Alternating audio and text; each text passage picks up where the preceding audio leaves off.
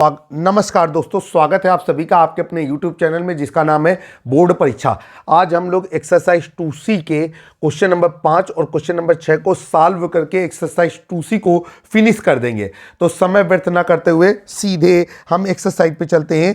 आपके स्क्रीन पर exercise 2C और क्वेश्चन नंबर आपके सामने आ गया 5। क्वेश्चन नंबर 5 क्या कह रहा है? कह रहे हैं कि एक बहुपद दिया गया है और इसका एक शून्यक a है, तो आपको a का मान कैलकुलेट करना है। तो यहाँ पर हम लोगों ने नोट किया, हम यहाँ पर देख पा रहे हैं। आप भी डॉक्टर मनोहर रे पब्लिकेशन की किताब को खोल लीजिए। इस समय जो अध्याय चल रहा है उस अध्याय का नाम है पॉलिनोमियल बहुपद। तो हमने यहाँ पर नोट किया त्रिघात बहुपद, और त्रिघात बहुपद क्या है? X cube minus A X square plus X plus 3, ठीक है। और यहाँ पर लिखेंगे शून्यक, इसका जो एक शून्यक दिया गया है वो शून्यक दिया गया है a, और हमसे नीचे पूछ रहा है कि a का मान क्या होगा। तो हमने नीचे लिखा कि a का मान बराबर क्वेश्चन मार्क।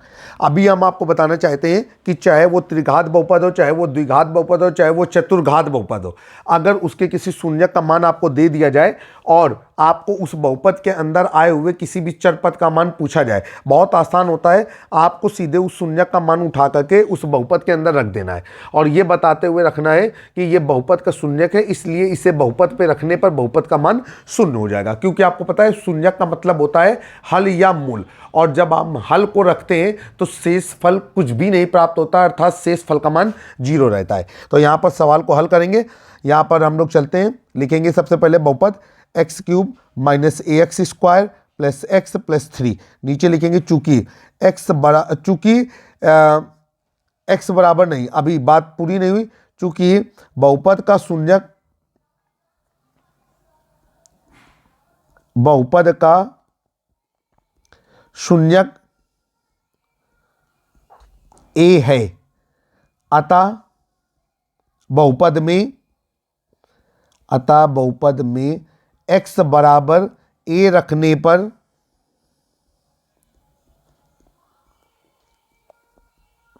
बहुपद का मान शून्य हो जाएगा, शून्य हो जाएगा। और क्यों हो जाएगा? क्योंकि हमने आपसे कहा कि उस दशा में शेष फल का मान 0 निकलता है, ठीक है। अब नीचे क्या करते हैं कि ये मान रख देते हैं। तो जहां जहां पर बहुपद में x नजर आ रहा है वहां वहां पर आप a रख देंगे। तो ये हो जाएगा आपका a क्यूब माइनस a गुणे a का whole square plus a plus 3 बराबर 0। अब ये हो जाएगा आपका a cube minus a cube plus a plus 3 बराबर 0। अब ये और ये कट गया और कितना आ गया? a प्लस 3 बराबर 0 और a बराबर माइनस 3। तो आपका उत्तर आ गया। आप यहाँ पर इसे बॉक्स पे बंद करके आंसर को मेंशन कर सकते हैं। इस सवाल के लिए आपका a का मान -3 आया। देखिए, ये बात नहीं होती कि हमने पूरी किताब को पढ़ डाला, बात ये होती है कि किताब में आने वाले सिद्धांतों को हमने समझा कि नहीं। अगर आप किताब में आने वाले सिद्धांतों को भली भांति समझ लेते हैं, कहीं पर भी कोई समस्या होने वाली नहीं है और निश्चित ही आप एक उम्दा प्रदर्शन करके सवालों को हल कर पाएंगे। चलिए भाई, क्वेश्चन नंबर 6 की ओर चलते हैं। क्वेश्चन नंबर 6 आपकी स्क्रीन पर है। देखिए, क्वेश्चन नंबर 6 में क्या कह रहा है?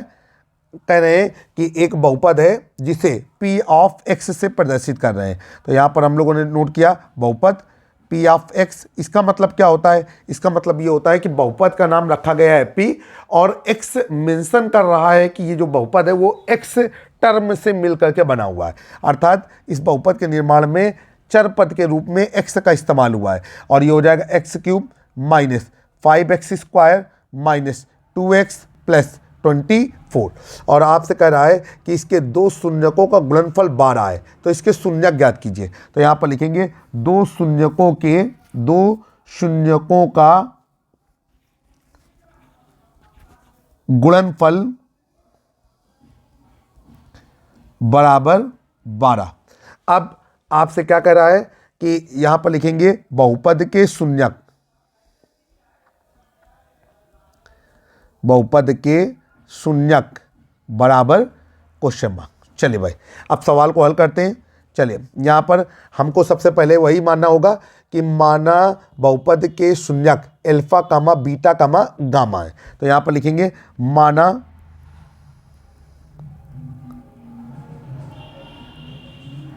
बहुपद के शून्यक अल्फा कामा बीटा कामा गामा है।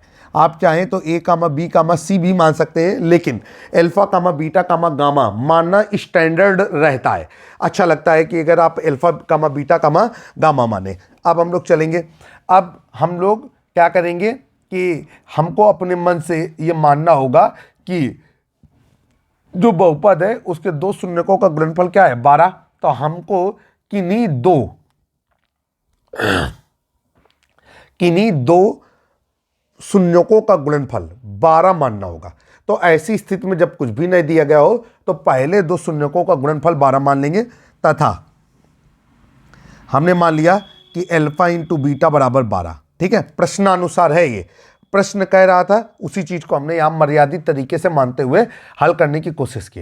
अब हम इसके हल में किन चीज़ों का प्रयोग करेंगे, इसके हल में हम वही इस्तेमाल करेंगे, मूलों का योगफल, मूलों का गुणनफल और दो दो मूलों के गुणनफलों का योगफल। चलिए भाई, समय व्यर्थ न करते हुए सीधे चलते हैं, सवाल को हल करने की कोशिश करते हैं।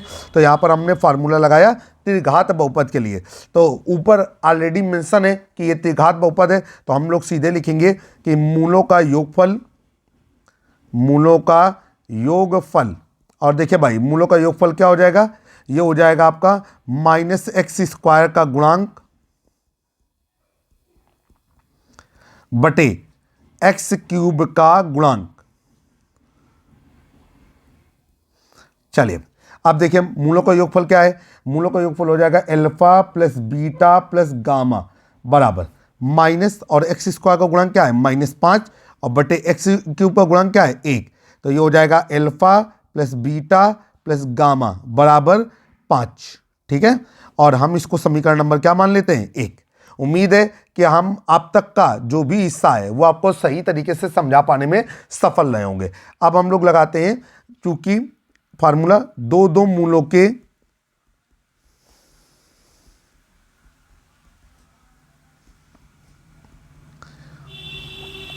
गुणनफलों का योगफल। चलिए भाई, दो दो मूलों के गुणनफलों का योगफल क्या होता है, ये होता है हमारा क्या, ये होता है आपका कि x का गुणांक बटे x³ का गुणांक। नोट कर लीजिए, x का गुणांक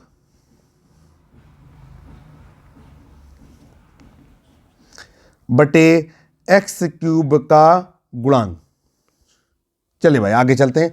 अब ये हो जाएगा alpha into beta plus beta into gamma plus gamma into alpha is equal to, और देखिए भाई x का गुणांक कितना दिया गया है -2, तो ये हो जाएगा -2, और x³ का गुणांक कितना दिया गया है 1। ये आप कहाँ से देखेंगे, ये आप सवाल में जो बहुपद दिया गया है p ऑफ x उससे देखेंगे। अब ये हो जाएगा आपका अल्फा बीटा का मान रख देंगे, तो यहाँ पर लिखेंगे चूंकि अल्फा इंटू बीटा बराबर कितना दिया गया है हमको 12, तो ये हो जाएगा 12 प्लस बीटा गुणे गामा प्लस गामा गुणे अल्फा इज इक्वल टू -2, और ये हो जाएगा बीटा गुणे गामा प्लस गामा गुणे अल्फा बराबर -2 -12। वो चीज़ इधर आ जाएगी और ये कितना हो जाएगी, ये हो जाएगी आपकी -14। कितनी हो जाएगी, -14। ठीक, तो यहाँ पर हमने लिखा बीटा गुणे गामा प्लस गामा गुणे अल्फा बराबर -14। ठीक है, अब हम लोग क्या करेंगे, अब हम लोग सवाल को हल करने के लिए, ठीक है, हम सवाल को हल करने के लिए हम इस्तेमाल करेंगे, इसे समीकरण नंबर 2 कर दीजिए, और हल करने के लिए इस्तेमाल करेंगे मूलों का गुणनफल। फार्मूला लगा देते हैं यहाँ पर, चूंकि मूलों का गुणनफल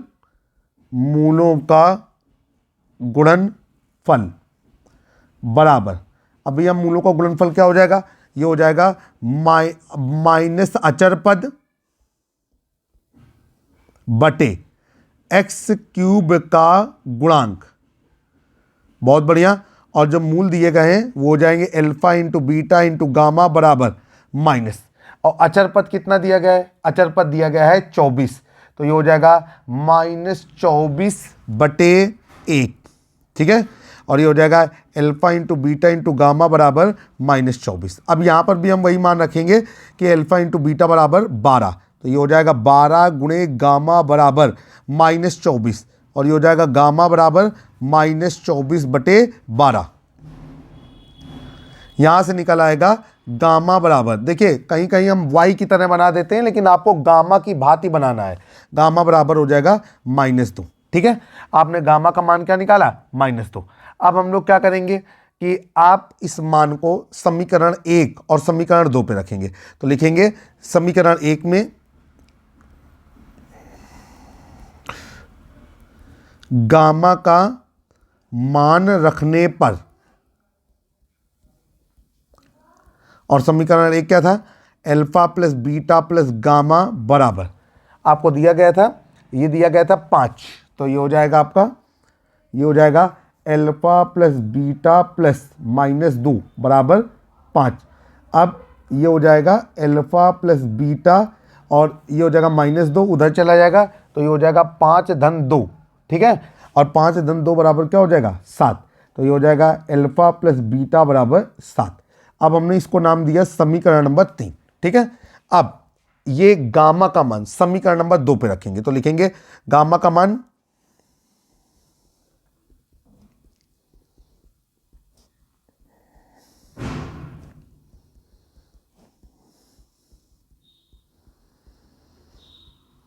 दो में रखने पर, अब समीकरण नंबर 2 क्या है जरा देखते हैं। ये हो जाएगा बीटा गुणे गामा प्लस गामा गुणे अल्फा, बीटा गुणे गामा प्लस गामा गुणे अल्फा बराबर, अब ये कितना हो जाएगा, बीटा गुणे गामा प्लस गामा गुणे प्लस गामा गुणे अल्फा, ये हो जाएगा -14। तो ये हो जाएगा आपका -14। ठीक है, अब यहाँ से हम गामा कॉमन ले लेंगे, और ये हो जाएगा अल्फा प्लस बीटा। ठीक है, बराबर क्या हो जाएगा, -14। अब गामा का मान यहाँ पर रख देंगे, तो हमारा कितना निकलेगा, अच्छा गामा का मान अगर हम यहाँ पर रखेंगे तो यहाँ से भी हमें अल्फा प्लस बीटा ही मिलेगा। तो भाई हम इस स्टेप को बैक ले लेते हैं। ठीक है, बैक क्यों ले लेते हैं, क्योंकि अगर हमने इस स्टेप पे आगे काम किया, ठीक है, तो हमारा जो मान है वो मान हमको अब क्या चाहिए, हमको चाहिए अल्फा माइनस बीटा, वो हमें मिल नहीं पाएगा। ठीक है, तो हम यहाँ पर आपको करके दिखा देते हैं। गामा की वैल्यू जब हम यहाँ पर रखेंगे तो गामा की वैल्यू है -2, तो ये हो जाएगा -2 और ब्रैकेट में अल्फा प्लस बीटा बराबर -14, और यहाँ से भी आ जाएगा अल्फा प्लस बीटा बराबर कितना, 7। तो आपको ये जो स्टेप बताया गया है, आप इसको स्टेप को ना करिएगा, क्योंकि आप ऑलरेडी अल्फा प्लस बीटा का मान कैलकुलेट कर चुके हैं। तो चलिए भाई मैं इस स्टेप को इरेज कर देता हूँ। ठीक है, और इसीलिए कहा जाता है कि जब भी सवाल आप हल करें, सवाल को हल करने से पहले एक बेहतर स्ट्रेटजी बना लें, ताकि आपको सवाल में कोई भी असुविधा ना होने पाए। ठीक है, चलिए आप बिल्कुल भी परेशान नहीं होते, सवाल को जल्द से जल्द हल कर लेंगे हम लोग। अब क्या करना है हमको, यहाँ पर इसको हम सही कर देते हैं। ये हो जाएगा आपका अल्फा प्लस बीटा बराबर 7। अब देखिए हमारे पास और क्या मान दिया गया है, हमको दिया गया है आपका अल्फा इंटू बीटा बराबर 12। तो हम अल्फा माइनस बीटा निकालेंगे, तो इसके लिए हमको फार्मूले का इस्तेमाल करना पड़ेगा। तो हमने यहाँ पर क्या लिखा कि अल्फा माइनस बीटा का होल स्क्वायर बराबर, अब अल्फा माइनस बीटा के होल स्क्वायर को अल्फा प्लस बीटा के होल स्क्वायर और अल्फा इंटू बीटा के पदों में रिप्रेजेंट करेंगे। तो ये हो जाएगा अल्फा प्लस बीटा का होल स्क्वायर -4 अल्फा बीटा। ठीक है, अब ये हो जाएगा अल्फा प्लस बीटा का होल स्क्वायर कितना, होल स्क्वायर, तो ये हो जाएगा 7 का स्क्वायर -4 गुणे अल्फा इंटू बीटा का मान कितना दिया गया है, 12। तो 7 × 49 और 12 चको 48, और ये हो जाएगा अल्फा माइनस बीटा का होल स्क्वायर बराबर 1। नीचे आ जाएगा अल्फा माइनस बीटा बराबर √1, और ये हो जाएगा अल्फा माइनस बीटा बराबर 1। वैसे तो हमें +-1 करना चाहिए, लेकिन हम इसे 1 चाहे तो लिख सकते हैं, लेकिन नहीं, हम नियम विरुद्ध कोई भी काम नहीं करना चाहते, क्योंकि बार बार हम कभी कहेंगे कि आप +- लीजिए, कभी कहेंगे नहीं लीजिए। तो हमने यहाँ पर क्या कर दिया, +-1। समीकरण नंबर क्या हो गया, 4। अब समीकरण 3 और 4 को हल करेंगे। समीकरण 3 और 4 को हल करेंगे तो आपका क्या मान निकलेगा, आपका मान निकलेगा कि एक बार आपका अल्फा का मान 4 निकलेगा, बीटा का मान 3 निकलेगा, एक बार अल्फा का मान 3 निकलेगा और बीटा का मान 4 निकलेगा। ठीक है, तो भाई यहाँ पर क्या करते हैं, लिखेंगे समीकरण 3 और 4 से लिख देते हैं समीकरण 3 व समीकरण 4 से। अब देखिए भाई समीकरण 3 क्या है, अल्फा प्लस बीटा बराबर 7। समीकरण 4 अल्फा माइनस बीटा बराबर 1। हमने धन वाला लिया है 4 में। अब क्या करना है हमको, इसको हम हल करेंगे आगे। तो देखिए भाई चिन्ह समान है, गुणांक भी समान है, और एक जगह चिन्ह विपरीत है, गुणांक समान है। तो यहाँ पर हो जाएगा जोड़ने पर, तो यहाँ पर लिखेंगे जोड़ने पर। तो ये हो जाएगा आपका, ये कट गया, और ये हो गया आपका 2 अल्फा बराबर 8।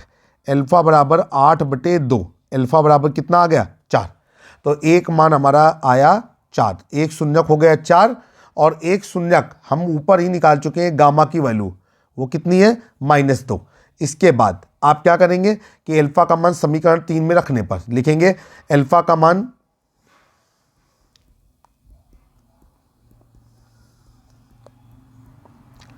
समीकरण 3 में रखने पर, और जब अल्फा का मान समीकरण नंबर 3 में रखते हैं तो समीकरण नंबर 3 कहता है कि अल्फा प्लस बीटा बराबर 7। ये हो जाएगा 4 प्लस बीटा बराबर 7, और बीटा बराबर 7 - 4, बीटा बराबर 3। तो आपको यहाँ से बीटा की वैल्यू क्या मिल गई, 3। ठीक है, अब ये आपके अल्फा बीटा और गामा, यही तो आपके वो मान थे। अब यहाँ पर अगर आप चाहें तो जो समीकरण नंबर 4 है अल्फा माइनस बीटा बराबर -1 का इस्तेमाल करेंगे। तो ऐसी स्थिति में मान उलट जाया करते हैं, अल्फा का मान 3 आएगा, बीटा का मान 4 आएगा। मेरे ख्याल से कोई ज़रूरत नहीं है, यहाँ पर हम लोग लिखेंगे आंसर, लिखेंगे बहुपद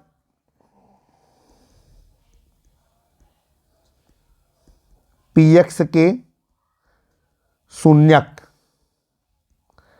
और वो बहुपद px के शून्यक क्या क्या हो जाएंगे, वो हो जाएंगे 3, 4, -2। उम्मीद है कि हम आपको बेहतर तरीके से समझा पाने में सफल रहे होंगे। जल्द ही हमारी एक वेबसाइट लॉन्च होने वाली है, जहां पर आपको बहुत सारा स्टडी मटेरियल और एक्सपर्ट की राय मिलेगी। नए वीडियो में फिर से हमारी जल्द से जल्द मुलाकात होगी। तब तक के लिए जय हिंद, जय भारत, वंदे मातरम।